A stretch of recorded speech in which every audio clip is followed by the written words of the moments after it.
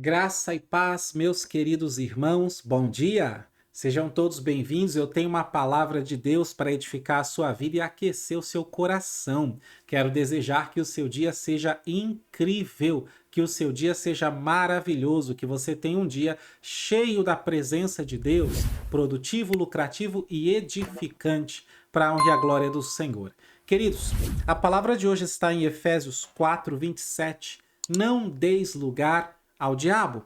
Não deis lugar ao diabo. É a recomendação do apóstolo Paulo. Essa palavra é muito simples para nós hoje, tá? Eu quero simplesmente mostrar para você como é que dá lugar ao diabo e como que você evita de dar lugar ao diabo. Então, é muito simples. Mas antes disso, eu quero pontuar uma coisa. O diabo não tem poder sobre a sua vida.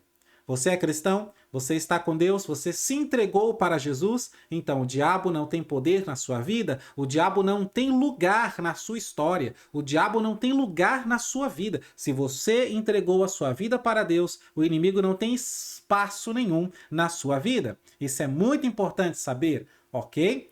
Diferente, por exemplo, daqueles que ainda não entregaram suas vidas para Deus. Tem gente que até já foi na igreja uma vez ou outra, mas ainda não se entregou totalmente para Deus. Tem gente que até levantou a mão para Jesus, mas ainda não se batizou nas águas, ainda está com o pé atrás, né? Tá esperando sei lá eu o quê. Ou seja, ainda não se entregou totalmente para Deus. Somente aqueles que se entregaram totalmente para Deus é que estão guardados por Deus, estão protegidos por Deus. Como é que eu vou saber se eu já entreguei minha vida para Deus? Ora, além de levantar a mão, você decidiu no seu coração de verdade, não porque alguém te convenceu, mas você, no seu coração, você diz: eu quero Jesus. Eu quero entregar minha vida para Deus. Você tomou essa decisão e não somente isso, você se batizou nas águas entendendo que essa é uma ordenança do Senhor Jesus, um testemunho pessoal ou um testemunho externo, né, daquilo que já aconteceu internamente no seu coração. Você morreu para o mundo para viver para Deus. E não somente isso, você respeita a palavra de Deus, tem temor no coração e considera que esse livro vai guiar a sua vida?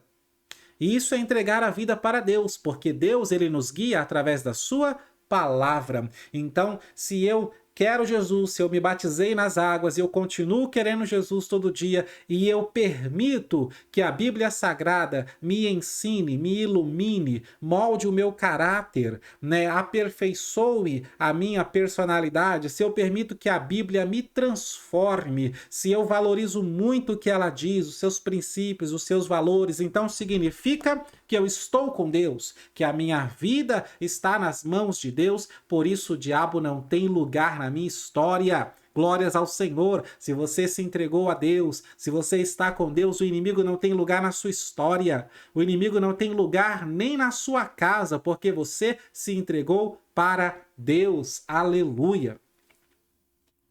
Agora, aqueles que ainda não se entregaram para Deus, infelizmente estão em trevas. Infelizmente estão nas mãos do diabo. Não existe neutralidade. Não existe esse negócio de eu não estou com Deus, mas eu também não estou com o inimigo. Isso não existe, porque todos nós somos pecadores, porque todos nós nascemos com a natureza pecaminosa, com uma tendência para pecar, e a Bíblia diz em João 8 que aquele que comete pecado é escravo do pecado e somente o Filho pode libertar, o Filho de Deus, porque se pois o Filho vos libertar, verdadeiramente sereis livres. Mas se você não se permite ser liberto pelo Filho, então ainda está em trevas, ainda está no pecado, necessitando de luz, tá? Então, portanto, está nas mãos do diabo. Agora, aqueles que vieram para a luz, que se entregaram para Deus, estão nas mãos de Deus. Isso é muito importante saber. O diabo não tem espaço na sua vida porque você entregou sua vida para Deus, ou seja, a sua vida nem sua é de Deus, tá? Por isso ele não tem nada com as coisas de Deus. Agora, enquanto estamos nessa terra, temos o livre-arbítrio e tomamos decisões para o nosso corpo. As decisões que nós tomamos enquanto estamos nessa existência são, na sua grande maioria, em prol do nosso corpo, porque precisamos de um corpo para habitar aqui, para estar nessa realidade, para andar sobre a terra, não é verdade? Tanto é que quando formos para o céu, esse corpo vai ser transformado, porque para estar lá, aí esse corpo não dá, precisa de outro corpo, um corpo transformado, um corpo glorificado, para a honra e a glória do Senhor. Glória a Deus. Agora, mesmo estando guardado com Deus, mesmo estando na luz, enquanto eu estou nessa terra, se eu tomar decisões erradas, descabidas, eu posso dar lugar ao diabo. O diabo não tem lugar na minha vida, a menos que eu dê lugar para ele. O diabo não tem lugar na sua vida, nem na sua casa, a menos que você dê lugar para ele, a menos que você abra a porta para ele. E como é que faz isso? E como que evita isso? Bom, o apóstolo Paulo ele é muito didático, ele deixa tudo muito claro nesse capítulo 4. Por exemplo, no versículo 25. Por isso, irmãos, deixando a mentira, fale cada um a verdade. Está muito claro no texto, irmão, não precisa nem aprofundar muita coisa. Ou seja, toda vez que eu uso da mentira para me beneficiar, ou simplesmente para prejudicar alguém, escondendo a verdade dessa pessoa, enfim, não importa. Toda vez que eu uso da mentira, que eu minto, que eu faço uso da mentira, que eu escondo a verdade, eu estou dando lugar ao diabo. O que mais? Verso 26. Irai-vos e não pequeis. Ou seja, eu posso ficar irado, eu posso ficar emocionalmente abalado, eu posso ficar assim com os nervos à flor da pele, mas eu não posso pecar, porque quando eu peco, eu estou dando lugar ao diabo. Verso 28. Aquele que furtava, não furte mais. Toda vez que eu tomo para mim uma coisa que não é minha, roubando do meu próximo, roubando da minha família, ou roubando até mesmo de Deus, uma coisa que não me pertence, seja dízimo, oferta, glória, prioridade, então eu estou dando lugar ao diabo fazendo isso. O que mais? Verso 29. Não saia da vossa boca nenhuma palavra torpe.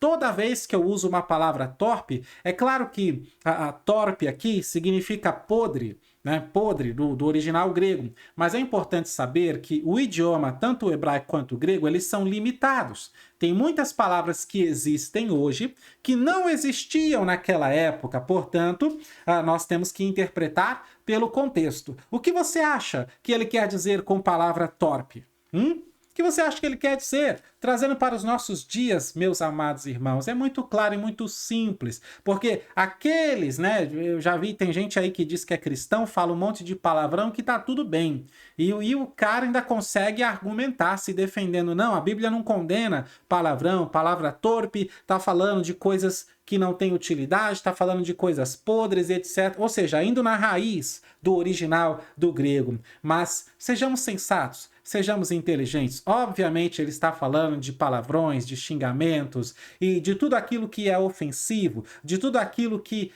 provoca podridão, seja uma podridão emocional, uma podridão do que for, entende? Então não saia da sua boca, da vossa boca, nenhuma palavra torpe.